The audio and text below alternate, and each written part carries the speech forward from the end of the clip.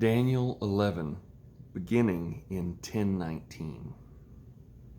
As he spoke to me, I was strengthened and said, "Let my Lord speak, for you have strengthened me."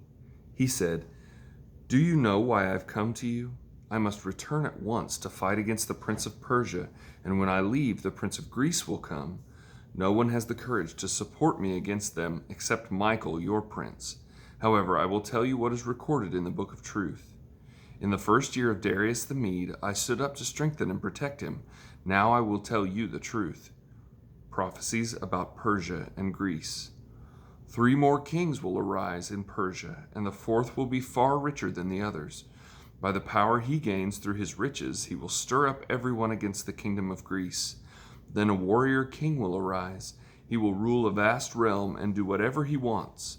But as soon as he is established, his kingdom will be broken up and divided to the 4 winds of heaven, but not to his descendants. It will not be the same kingdom that he ruled, because his kingdom will be uprooted and will go to others besides him. Kings of the south and the north. The king of the south will grow powerful, but one of his commanders will grow more powerful and will rule a kingdom greater than his. After some years they will form an alliance, and the daughter of the king of the south will go to the king of the north to seal the agreement. She will not retain power, and his strength will not endure. She will be given up, together with her entourage, her father, and the one who supported her during those times. In the place of the king of the south, one from her family will rise up, come against the army, and enter the fortress of the king of the north. He will take action against them and triumph. He will take even their gods captive to Egypt, with their metal images and their precious articles of silver and gold. For some years he will stay away from the king of the north, who will enter the kingdom of the king of the south, and then return to his own land. His sons will mobilize for war and assemble a large number of armed forces. They will advance, sweeping through like a flood, and will again wage war as far as his fortress. Infuriated, the king of the south will march out to fight with the king of the north, who will raise a large army, but they will be handed over to his enemy.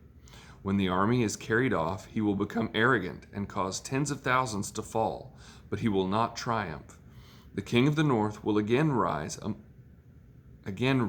a multitude larger than the first.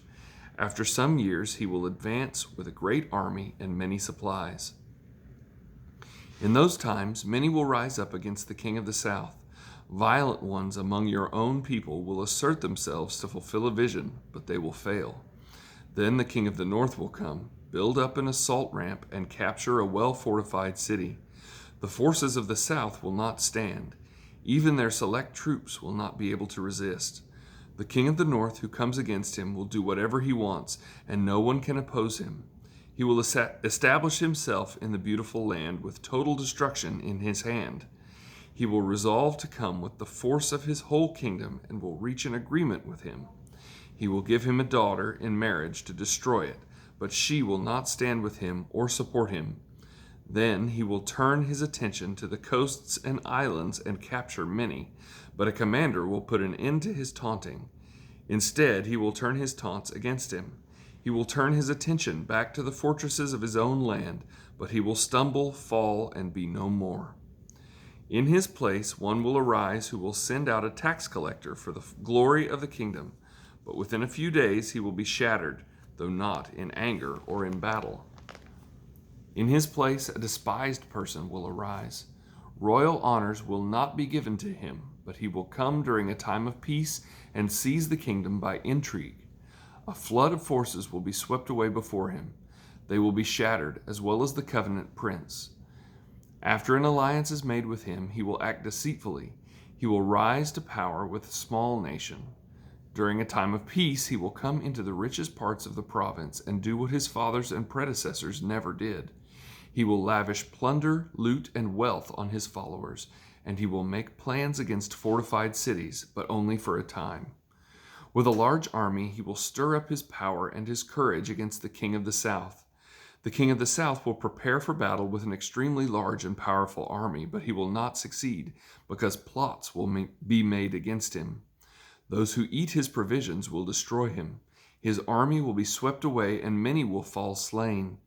The two kings whose hearts are bent on evil will speak lies at the same table, but to no avail, for still the end will come at the appointed time.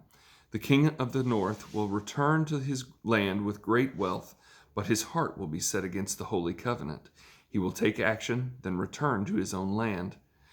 At the appointed time he will come again to the south, but this time will not be like the first.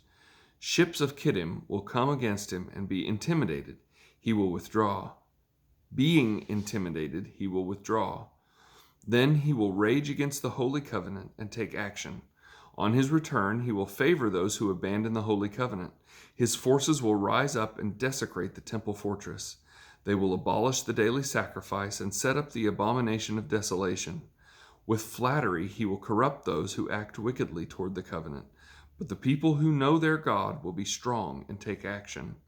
Those who are wise among the people will give understanding to many, yet they will die by sword and flame and be captured and plundered for a time. When defeated, they will be helped by some, but many others will join them insincerely. Some of the wise will fall so that they may be refined, purified, and cleansed until the time of the end, for it will still come at an appointed time.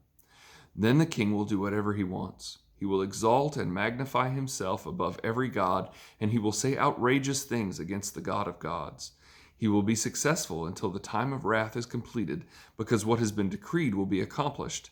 He will not show regard for the gods of his fathers, the God longed for by women, or for any other god, because he will magnify himself above all. Instead, he will honor a God of fortresses, a God his fathers did not know, with gold, silver, precious stones, and riches. He will deal with the strongest fortresses with the help of a foreign god. He will greatly honor those who acknowledge him, making them rulers over many and distributing land as a reward. At the time of the end, the king of the south will engage him in battle, but the king of the north will storm against him with chariots, horsemen, and many ships. He will invade countries and sweep through them like a flood. He will also invade the beautiful land, and many will fall. But these will escape from his power: Edom, Moab, and the prominent people of the Ammonites. He will extend his power against the countries, and not even the land of Egypt will escape. He will get control over the hidden treasures of gold and silver and over all the riches of Egypt.